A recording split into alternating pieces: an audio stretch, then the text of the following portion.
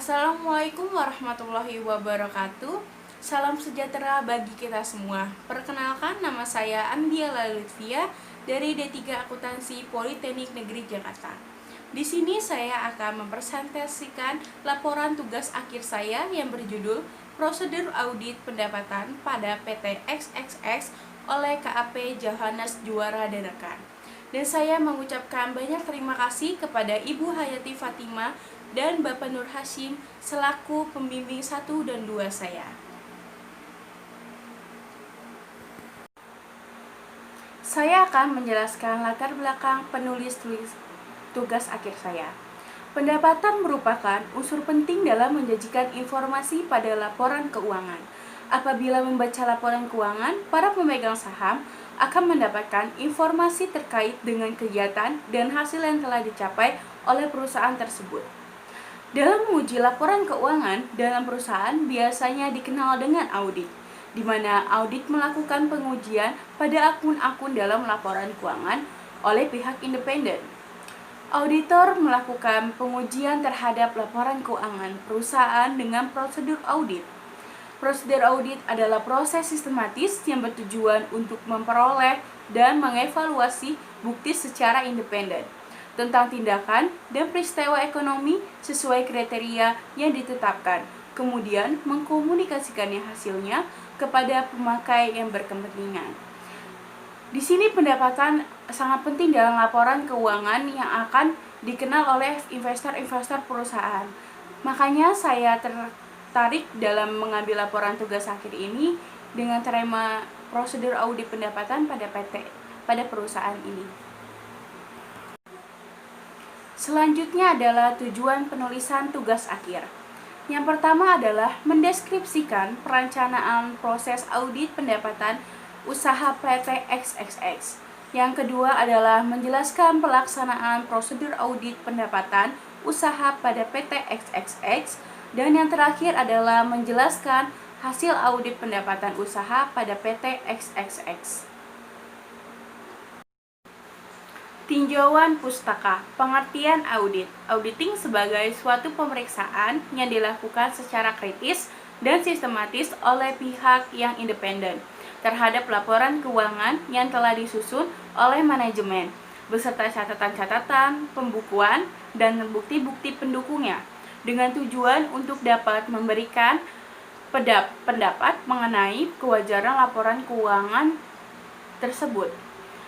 Ini dikemukakan oleh Sukrisno Agus 2004. Selanjutnya adalah pengertian pendapatan. Pendapatan diartikan sebagai suatu arus masuk atas perusahaan atas aset suatu entitas atau penyelesaian liabilities berasal dari penyerahan dari produksi barang, pemberian jasa, atau aktivitas-aktivitas lain yang merupakan operasi utama yang berkelanjutan dari suatu perusahaan.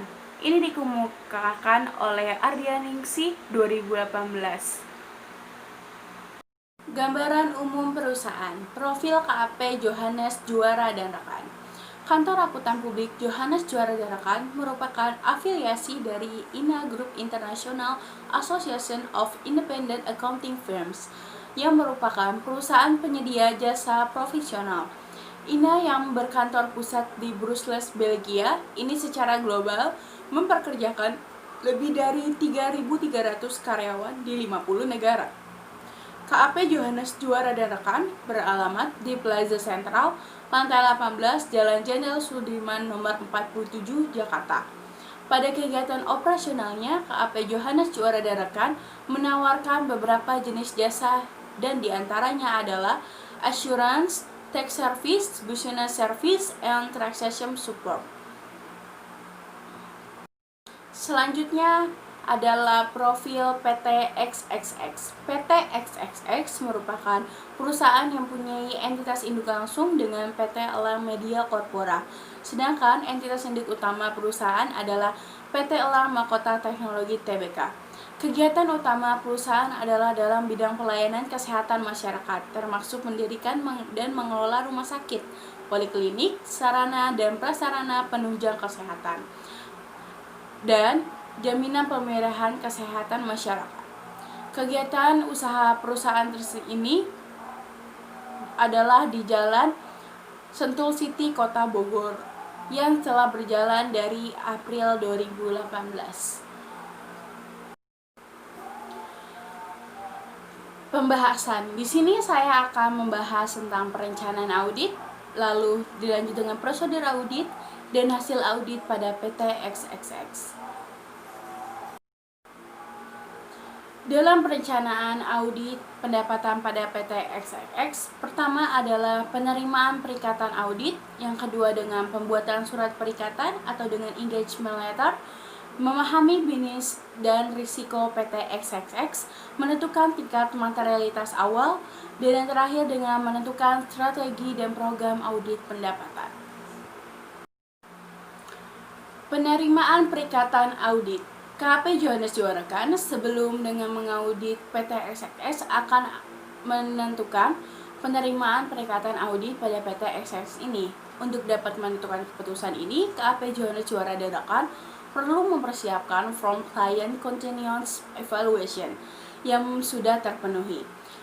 CCE itu sendiri berisikan jumlah pertanyaan yang dapat mempengaruhi KAP Johannes Juarakan dalam mengambil keputusan. Setelah dilakukannya penilaian keberlanjutan dengan memenuhi pertanyaan-pertanyaan yang ada dalam CCE, KAP Johannes Juarakan dapat memutuskan akan melanjutkan proses audit terhadap PT XXX untuk laporan keuangan tahun 2019. Hasil dari penerimaan perikatan peraudit itu adalah surat perikatan atau engagement letter. Surat perikatan engagement letter ini ditandatangani baik oleh pihak KAP Johannes Juarakan dan PT XXX tersebut. Kontrak ini berisi tentang hak, tanggung jawab, serta kewajiban masing-masing pihak selama pelaksanaan audit berlangsung, seperti waktu penyesuaian audit, biaya audit, kerahasiaan data klien, dan sebagainya. Yang kedua adalah memahami bisnis dan risiko PT XXX. Hal ini dilakukan agar KAP Johannes Juarakan memiliki gambaran umum terkait perlakuan yang akan diberikan ataupun isu yang bisa muncul selama proses audit berlangsung. PT XXX merupakan perusahaan yang bergerak di bidang kesehatan, di mana semua sistem penjualan yang terjadi berada di rumah sakit IMC daerah Sentul. Pendapatan yang didapat diakui oleh perusahaan ini adalah saat barang dan jasa yang telah diberikan kepada pasien, karena transaksi dapat terjadi setiap hari dan sistem yang dipakai oleh PT XXX membuat KAP Johannes Juarakan menetapkan sebagai risiko yang tinggi pada PT XXX. Selanjutnya adalah menentukan tingkat materialitas awal. Dalam menentukan tingkat materialitas awal, KAP Johannes Juarakan menentukan 3. Yang pertama adalah overall materiality, yaitu penilaian materialitas secara keseluruhan terhadap laporan keuangan. Yang kedua adalah performance materiality, digunakan dalam perencanaan dan audit lapangan untuk merencanakan pengujian dalam memvouching laporan keuangan atau data-data yang telah dipakai dalam laporan keuangan. Yang ketiga adalah clearly trivial, merupakan ambang batas nilai yang tidak akan dikoreksi. Menentukan strategi dan program audit pendapatan. Pada tahapan selanjutnya, tim audit akan menentukan strategi serta program audit pendapatan untuk PT XXX.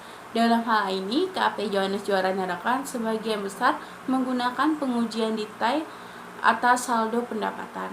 Seperti pada gambar di samping, di sini akan menunjukkan beberapa program audit pendapatan yang dilakukan oleh KAP Johannes Juarakan. Yang salah satunya adalah cut off. Selanjutnya adalah pelaksanaan prosedur audit. Yang pertama adalah permintaan data, yang kedua pengujian pengendalian, yang ketiga dengan pengujian substantif, membuat schedule dan work paper, dan selanjutnya adalah melakukan cut off atau pisah batas. Pelaksanaan prosedur audit. Sebelum melaksanakan prosedur audit, KAP Johannes Juarakan akan meminta beberapa data pada PT XXX yang dibutuhkan untuk melakukan audit atas pendapatan. Setelah data didapatkan, auditor akan melakukan pengujian dengan mengambil sampel langsung ke perusahaan. Auditor akan mendapatkan surat tugas untuk melakukan fieldwork ke perusahaan tersebut. Surat tugas dapat dilihat pada gambar ini. Dan data yang diperlukan pada saat itu adalah salah satunya adalah laporan keuangan, data-data pendukung pada laporan keuangan dan sebagainya. Selanjutnya adalah pengujian pengendalian atau test of control. KAP Johannes Juara-Narakan menerapkan sistem test of control dengan cara mewawancarai dalam pengujian pengendalian ini. Pengendalian internal melalui diskusi dengan senior auditor dan mengaudit PT XXX. Selain wawancara langsung, auditor dan penulis juga melaksanakan pengujian pengadilan internal klien dengan menggunakan prosedur audit, yaitu melakukan inspeksi langsung terhadap dokumen dan pencatatan, melakukan pengamatan atas kegiatan operasional perusahaan akum pendapatan. Kendala yang dihadapi tim auditor adalah sulitnya menemukan angka materialitas yang dilihat dari angka general ledger yang telah diberikan oleh PT XXX. Karena banyaknya transaksi yang terjadi dan sistem yang berubah di tengah periode, KP auditor memutuskan untuk melakukan atau mengambil beberapa sampel dari PT XXX secara langsung dari ordner yang telah digunakan oleh perusahaan tersebut. Berikut adalah beberapa dokumen yang diminta oleh KAP Johannes Juara-Narakan, yaitu ada form pasien, ada bukti asuransi dan lain sebagainya yang ada tertera di sini, termasuk invoice, terus ada bukti pembayaran pasien yang dalam satu data yang diberikan oleh KAP Johannes Juara-Narakan untuk disamakan oleh yang ada di general ledger yang telah dikasih oleh perusahaan. Selanjutnya adalah pengujian substantif. Pengujian substantif diajukan untuk memastikan bahwa jumlah yang disajikan pada laporan keuangan sudah disajikan secara wajar dan sesuai dengan standar akuntansi yang berlaku. Dalam pengujian ini, biasanya auditor akan membuat schedule dan work paper atas akun pendapatan dari general ledger atau trial balance yang telah dikasih sebelumnya, data yang telah diminta oleh KAP Johannes Juara-Narakan terhadap PT XXX. Nah, di dalam schedule ini akan terlihat angka yang materialitas dan yang tidak. Dan angka materialitas akan diuji di dalam work paper. Jadi, di dalam work paper ini menyajikan angka materialitas yang akan diuji oleh auditor. Angka-angka tersebut akan disesuaikan apakah benar angka tersebut ada atau tidak, yang disamakan oleh list schedule. Dan data-data dan di dalam work paper ini terdapat data-data pendukung atas nilai yang ada di dalam list schedule tersebut yang merupakan angka materialitas ini. Dan yang terakhir adalah melakukan pengujian pisah batas. Pada tahapan ini, KAP Johannes Juara-Narakan menguji pisah batas terkait pendapatan. Pengujian dilakukan dengan cara mengambil sampel untuk transaksi pendapatan dan memastikan bahwa tanggal dan invoice yang tercatat tidak melebihi 30 Desember 2019. Dan melihat transaksi pendapatan melebihi tanggal tersebut dan melakukan pengecekan apakah transaksi dicatat di tanggal yang tepat. Tim auditor KAP Johannes Juara-Narakan akan mengambil sampel untuk seluruh nilai transaksi pendapatan yang berada di atas nilai PM untuk dilakukan uji dengan rinci. Pada prosedur ini, tim auditor KAP Johannes Juara-Narakan akan mencocokkan saldo pada catatan terhadap saldo yang terdapat pada dokumen pendukung dan menilai apakah transaksi tersebut sudah dicatat sesuai dengan periode yang benar.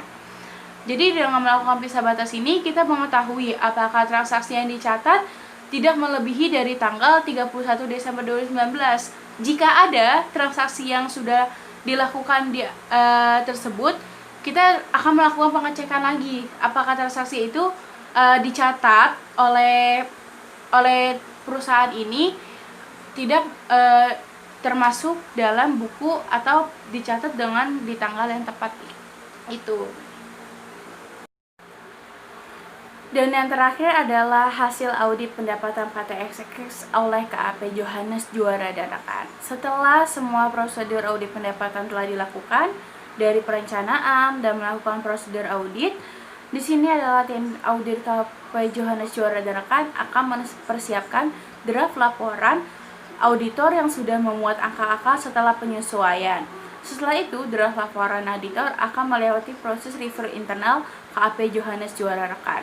Setelah itu, draft report ini akan diberikan kepada perusahaan. Setelah itu, hasil audit KAP Johannes Juara rekan terhadap PTXX adalah merupakan memberikan atau mengeluarkan opini audit berupa opini wajar tanpa modifikasi untuk laporan keuangan PTXX yang berakhir pada tanggal 31 Desember 2019. Yang artinya bahwa laporan keuangan PTXX sudah disajikan secara wajar sesuai dengan standar akuntansi yang berlaku di Indonesia, yaitu standar akuntansi keuangan dan bebas dari salah saji material. Laporan dan opini audit tersebut akan ditampilkan di PPT ini. Salah. Kesimpulannya adalah pada tahap perencanaan proses audit dilakukan oleh KAP Johannes Juara dan rekan terhadap PT XXX, yaitu dengan menerima peringatan dengan PT XXX dengan melihat laporan keuangan PT XXX dan telah didiskusikan dengan senior, lalu membuat surat perikatan atau engagement letter yang diberikan yang berisikan perjanjian hak dan kewajiban antara PT XXX dengan KAP Johannes Juara dan rekan, yaitu lalu memahami bisnis dan risiko PTXX dan menentukan tingkat materialitas awal dan salah saji yang bisa diterima dengan menghitung OM, PM, dan CT. Kemudian mengetahui tujuan serta program audit dengan asesmen manajemen terkait audit atas akun pendapatan. Yang kedua adalah pelaksanaan prosedur audit dilakukan dengan meminta data klien, yaitu ada laporan keuangan, journal ledger, mutasi rekening bank terlebih dahulu. Setelah itu, data akan diterima dan diolah dengan membuat list schedule dan menguji work paper atas akun pendapatan, serta melakukan pengadaan test of control dan melakukan pengujian substantif dengan menggunakan prosedur analitis, tes detail substantif, dan melakukan cut-off atas akun pendapatan. Hasil audit untuk PT XXX oleh KAP Johannes Juara dan rekan menyatakan bahwa laporan keuangan PT XXX disajikan secara wajar tanpa pengecualian karena seluruh data yang ada di laporan keuangan disajikan dengan benar dan ada bukti-bukti pendukung lainnya. Setelah KAP Johannes dan Juara akan melakukan prosedur audit yang telah dilaksanakan sesuai dengan ketentuan yang berlaku, tim auditor memberikan catatan bahwa bukti-bukti yang mendukung berada dalam satu dokumen dan melengkapi bukti pendukung sesuai dengan ketentuan yang berlaku dalam perusahaan tersebut. Selanjutnya adalah saran untuk PT XXX tersendiri oleh auditor adalah pada proses audit selanjutnya, staf akuntansi PT XXX yang diharapkan bisa bersikap lebih aktif dalam menyediakan atau menyiapkan dokumen yang diperlukan tim audit selama proses audit berlangsung. Demikian presentasi yang dapat saya sajikan dalam presentasi laporan tugas akhir ini. Kurang lebihnya saya mohon maaf. Wassalamualaikum warahmatullahi wabarakatuh.